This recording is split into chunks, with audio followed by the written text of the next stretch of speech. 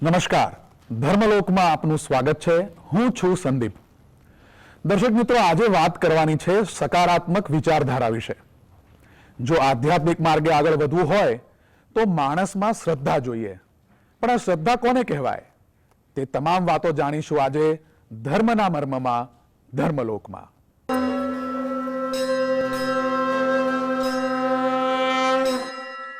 તો આ વિશે જ વધુ માહિતી આપવા માટે આપણી સાથે જોડાઈ ગયા છે કુમકુમ સ્વામિનારાયણ મંદિરના વિદ્વાન સંત સાધુ પ્રેમવત્સલદાસજી.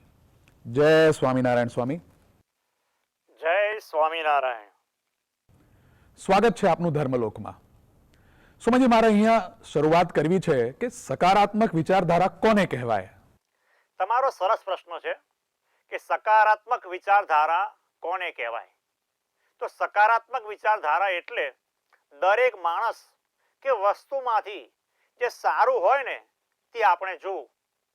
જીવનમાં સુખી થવું હોય તો દરેક પરિસ્થિતિમાંથી રસ્તો કાઢીને આનંદભેર જીવતા શીખવું જોઈએ.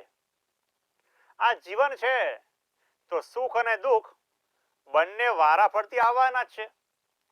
દુઃખમાં પણ હસતા રહેવું જોઈએ. આજે દુઃખ આવ્યું છે તો કાલે સુખ આવશે જ. સુખ આવે એ માટે પ્રયત્ન કરવો, એવું જે વિચારે છે અને કાર્ય કરે છે તેને સદાય આનંદ રહેતો હોય છે. તમે સોક્રેટિસનું નામ તમે સાંભળ્યું હશે. એક દિવસ સોક્રેટિસ બેઠા હતા, એમના ઘરે ગેસ્ટ મહેમાન આવ્યા એટલે એમને પાણીનો ગ્લાસ ભરીને આપ્યો. એ પાણીનો ગ્લાસ અડધો ભરેલો હતો એટલે પૂછ્યું કે આ શું છે? ત્યારે સોક્રેટિસે જવાબ આપ્યો કે અડધો ગ્લાસ પાણીનો ભરેલો છે. એમ પણ કહી શકાતું હતું કે અડધો ગ્લાસ ખાલી છે, પણ સોક્રેટિસ જવાબ શું આપ્યો કે અડધો ગ્લાસ ભરેલો છે. એવો જ આપણે પ્રસંગ આપણા હિન્દુ ધર્મના અનેક ગ્રંથોમાં પણ પોઝિટિવ ગ્રહણ કરવાની વાત કરેલી છે. દુર્યોધન અને યુધિષ્ઠિરનો આવો જ પ્રસંગ છે. નગરમાંથી દુર્યોધનને એમ કહેવામાં આવ્યું કે દુર્યોધન, તમે નગરમાંથી એક ખરાબ માણસ, એક સારા માણસ શોધી આવો. શું કહેવામાં આવ્યું કે તમે એક સારા માણસને શોધી આવો. ત્યારે દુર્યોધન આખું નગર ફર્યો અને ફરીને સાંજે પાછો આવીને એમ કહે છે કે નગરમાં એક પણ સારો માણસ નથી. જુઓ, દુર્યોધન ખરાબ હતો તો આખા નગરમાંથી એક સારો માણસ ન દેખાયો. હવે એ જ નગરમાંથી યુધિષ્ઠિર રાજાને એમ કહેવામાં આવ્યું કે તમે ખરાબ માણસ શોધી આવો. યુધિષ્ઠિર રાજા આખું નગર ફરીને સાંજે પાછા આવ્યા અને કહે છે આ નગરમાં એક પણ ખરાબ માણસ નથી. જો, બંનેની વિચારધારામાં ડિફરન્સ છે. દુર્યોધનને એક પણ ખરાબ માણસ, બધા ખરાબ માણસ દેખાયા, એક પણ સારો ન દેખાયો. યુધિષ્ઠિરને બધા સારા દેખાયા, ખરાબ ન દેખાયો, કારણ કે એમની દ્રષ્ટિ સકારાત્મક હતી. એમ અત્યારે શિયાળો ચાલી રહ્યો છે, ઠંડી પડે છે, સ્વાભાવિક છે. પરંતુ બહુ ઠંડી પડે છે એમ ઘણા માણસો બૂમો પાડતા હોય છે. અરે બૂમો શા માટે પાડો છો? પોઝિટિવ વિચારો ને ભાઈ. આજે ઘણા માણસો ઠંડી ખાવા માટે પૈસા ખર્ચીને શિમલા જાય છે. તો અત્યારે આપણે ઠંડીમાં એમ વિચારવું જોઈએ કે ભગવાને કેવળ દયા કરીને ઘેર બેઠા અહીંયા આપણને ઠંડી આપી છે. ચાલો બહાર ફરવા નીકળીએ, ઠંડીનો થોડો આનંદ લઈએ તો સુખી થઈશું. આમ પોઝિટિવ વિચારધારા વાળા માણસને સદાય આનંદ જ હોય છે. અને બહુ ઠંડી છે એમ રાડો પાડશો તો શું ઠંડી ઓછી થઈ જશે ખરી? ખાલી ચિંતા વધશે, દુઃખ વધશે. માટે જે મળે તેમાં આનંદ માણવો જોઈએ. સ્વામિનારાયણ સંપ્રદાયના ક્રાંતિકારી સંત શ્રી મુક્તજીવન સ્વામી બાપાએ માટે એક સૂત્ર આપ્યું છે. ભગવાન રાખે તેમ રહેવું, દેખાડે તે જોવું. માટે આપણે સકારાત્મક મતલબ કે પોઝિટિવ દ્રષ્ટિ રાખીશું તો દુનિયાના બધા માણસો આપણને સારા લાગશે. અને નેગેટિવ એટલે કે નકારાત્મક દ્રષ્ટિ રાખીશું તો પરિવારના સભ્યોમાં પણ દોષ દેખાશે. તેથી આપણે સૌ કોઈએ સકારાત્મક વિચારધારા કેળવવાની ખાસ જરૂર છે. સ્વામીજી, અહીં મારે બીજો પ્રશ્ન લેવો છે કે આધ્યાત્મિક માર્ગે આગળ વધવા માટે શ્રદ્ધા જોઈએ છે, પણ શ્રદ્ધા કોને કહેવાય? તમે બહુ મહત્વનો પ્રશ્ન કર્યો કે આધ્યાત્મિક માર્ગે આગળ વધવા માટે શ્રદ્ધા જોઈએ. તો શ્રદ્ધા કોને કહેવાય છે? આવો તમારો સરસ મજાનો પ્રશ્ન છે. તો શ્રદ્ધા એટલે, શ્રદ્ધા શબ્દમાં શ્રત અને ધા એમ બે શબ્દો રહેલા છે. શ્રત એટલે માનવું અને ધા ધાતુનો અર્થ ધારણ કરવું એવો છે. તેથી શ્રદ્ધા શબ્દનું તાત્પર્ય છે કે ધારણ કરનાર શક્તિ. શ્રદ્ધા આપણે ભગવાન, ગુરુ, સંત અને શાસ્ત્રોમાં રાખવાની હોય છે. તેમના વિશે આપણે શ્રદ્ધા રાખીએ તેટલી આપણને તે ફાયદાકારી નીવડે છે. રવિન્દ્રનાથ ટાગોર એમ કહેતા હતા કે શ્રદ્ધા એ બુદ્ધિથી પણ પર હોય છે. શ્રદ્ધા બુદ્ધિથી પણ પર હોય છે. સમર્થ સ્વામી રામદાસ એમ કહેતા, ગુરુ પર શ્રદ્ધા રાખો કે ભગવાન ઉપર શ્રદ્ધા રાખો, પરંતુ જીવનમાં શ્રદ્ધા અવશ્ય હોવી જોઈએ. શ્રદ્ધા વિના બધું નકામું છે. જેમણે ભગવાન અને ગુરુમાં શ્રદ્ધા રાખી છે તે સુખી થયા છે. શ્રી સ્વામિનારાયણ ભગવાનના જીવનનો એક પ્રસંગ યાદ આવે છે. તેઓ ગુજરાતના ગામડે ગામડે વિચરણ કરીને સૌને સદાચારના અને નૈતિકતાના પાઠ શીખવતા હતા. તેમને મન તો ગરીબ કે તવંગર સૌ કોઈ એક સરખા હતા. એક દિવસ રૂપાસા નામના ભક્તના ગામમાં સ્વામિનારાયણ ભગવાન પધાર્યા. સૌ ભક્તો પ્રભુને પોતાના ઘરે લઈ જઈને સારા સારા ભોજન જમાડતા હતા. સત્સંગનો લાભ લેતા હતા. આ રૂપાસા ભક્તને પણ પોતાના ઓરડે પ્રભુને પધરાવવાની ઈચ્છા થઈ આવી. ભગવાન પધારશે ને તો જમાડીશું એ પ્રશ્ન એમને વ્યાકુળ કરી દીધા. છતાંય પ્રેમી ભક્ત ભગવાન પાસે પહોંચી ગયા, ભગવાનને આમંત્રણ આપી દીધું અને પ્રભુ અમારે ઘેર પધારો. ભગવાન તેના મનની વ્યથા જાણતા હતા. તેથી જ ભક્તે કહ્યું કે તારા ઘરે, ભગવાને કહ્યું ભક્તને તારા ઘરે અમે આવીશું, પરંતુ તારે દાળ અને રોટલા જ થાળમાં બનાવવાના, તો જ અમે આવીશું. ભક્તે મસ્તક નમાવી દીધું. ઘરે પહોંચ્યા અને પત્નીને વાત કરી કે કાલે આપણા ઘરે ભગવાન પધારવાના છે, ભગવાનને જમાડીશું, માટે દાળ અને રોટલા કરજે.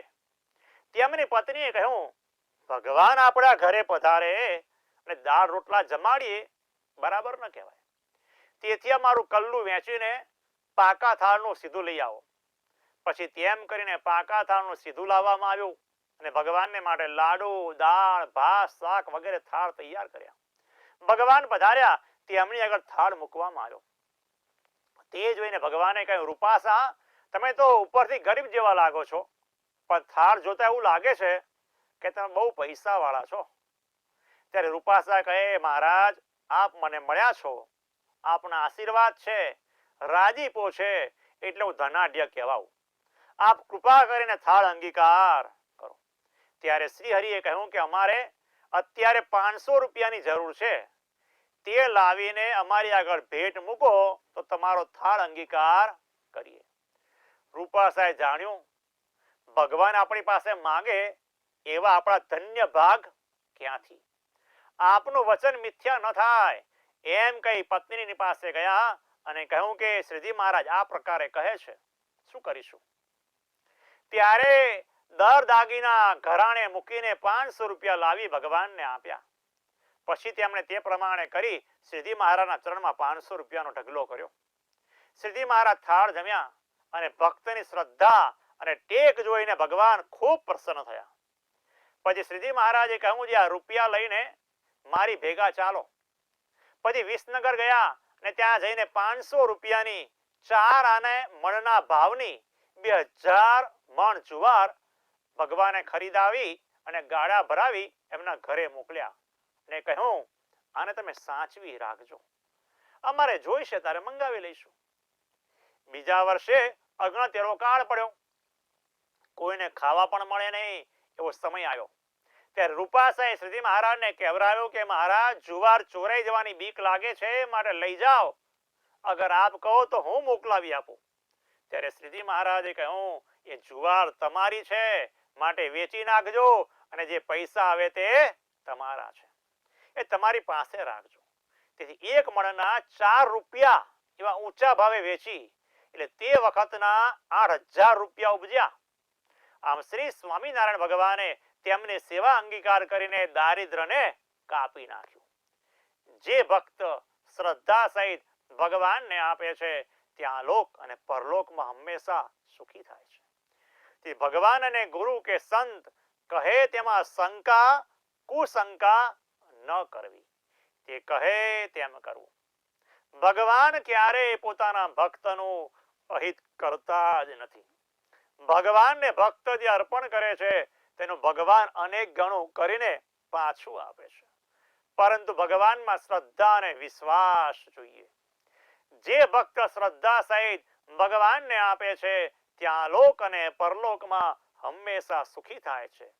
તેથી આપણે ભગવાનના અને ગુરુના વચનમાં શ્રદ્ધા રાખવી જોઈએ.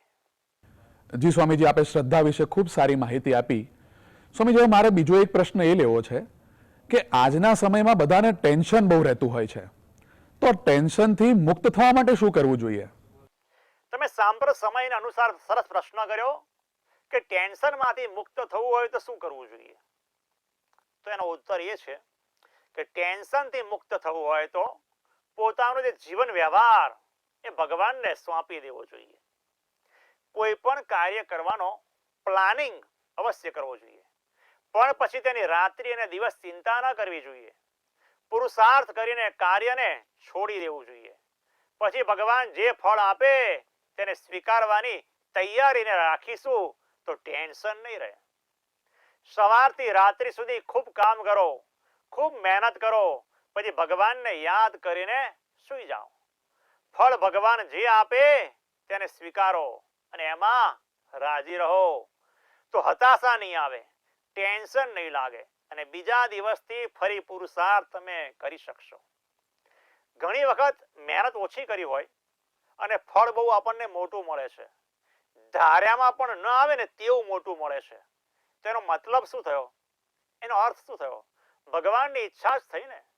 તેમની ઈચ્છાથી આપણને મળ્યું છે. માટે જીવનમાં ઉત્સાહથી કામ કરો, પણ ટેન્શન ના લેશો.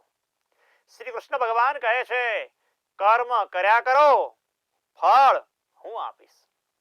ભગવાનના કરતાપણાને આપણે સ્વીકારીશું તેટલું ટેન્શન ઓછું થશે. આજે માણસો ટેન્શન જાણી જોઈને ઊભા કરે છે. દુઃખને સામેથી આમંત્રણ આપીને બોલાવે છે. આવું જો કરશો તો તેનો કોઈ ઈલાજ નથી. માટે ભગવાનને સાથે અને માથે રાખવા જોઈએ. એટલે કે દરેક ક્રિયામાં આપણે જે કંઈ કાર્ય કરીએ એ ભગવાનને આગળ રાખીને કરીશું, ભગવાનને એનો ભાર સોંપી દઈશું તો આપણને ટેન્શન રહેશે નહીં. સ્વામીજી, આપણે દર વખતે વાત કરતા હોઈએ છીએ કે પ્રાર્થના કરવી જોઈએ, પરંતુ પ્રાર્થના કરવાથી શું લાભ પ્રાપ્ત થાય છે અને તે નિત્ય શા માટે કરવી જોઈએ? તમે પ્રાર્થના કરવા માટેની વાત કરી કે જીવનમાં આપણે ભગવાનને નિત્ય પ્રાર્થના શા માટે કરવી જોઈએ અને પ્રાર્થના કરવાથી આપણને શું લાભ પ્રાપ્ત થાય છે, એવો તમારો સરસ મજાનો પ્રશ્ન છે. તો પ્રાર્થનાનો સામાન્ય અર્થ પ્ર એટલે શ્રેષ્ઠ અને અર્થ એટલે ઈચ્છા. એટલે કે શ્રેષ્ઠની ઈચ્છા પ્રાપ્ત કરવાની વિનંતી કરવી એવો પ્રાર્થનાનો અર્થ થાય છે. પ્રાર્થના એ હૃદયનો વિષય છે.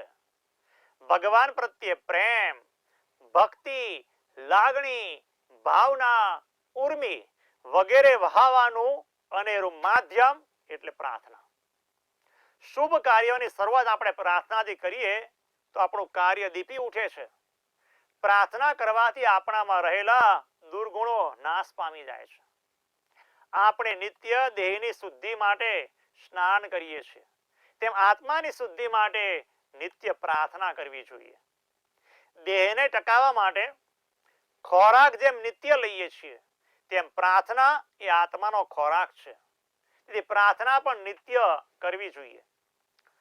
તન અને મનના સ્વાસ્થ્ય માટે પણ પ્રાર્થના એ અતિ ઉત્તમ ઔષધિ છે, એટલે કે જડીબુટ્ટી છે. નિષ્ણાંતોના મત અનુસાર ભગવાનમાં શ્રદ્ધા ધરાવતા હૃદય રોગી કરતા શ્રદ્ધા નહીં ધરાવતા હૃદય રોગીનું મરણનું પ્રમાણ 3 ગણું વધુ હોય છે. જે સ્ત્રી પુરુષો નિયમિત પ્રાર્થના કરે છે તેમને હૃદય રોગના હુમલા થવાની શક્યતા ઓછી રહે છે. આમ પ્રાર્થના એ સ્વાસ્થ્ય માટે ખૂબ સુખાકારી નીવડે છે. ગાંધીજી પણ નિત્ય રાત્રે પ્રાર્થના કરતા. એક દિવસ તે રાત્રે ભૂલી ગયા. 2 વાગે તેઓ જાગ્યા અને રડતા રડતા પ્રાર્થના કરવા લાગ્યા. તેમના સેવકે પૂછ્યું, બાપુ કેમ રડો છો?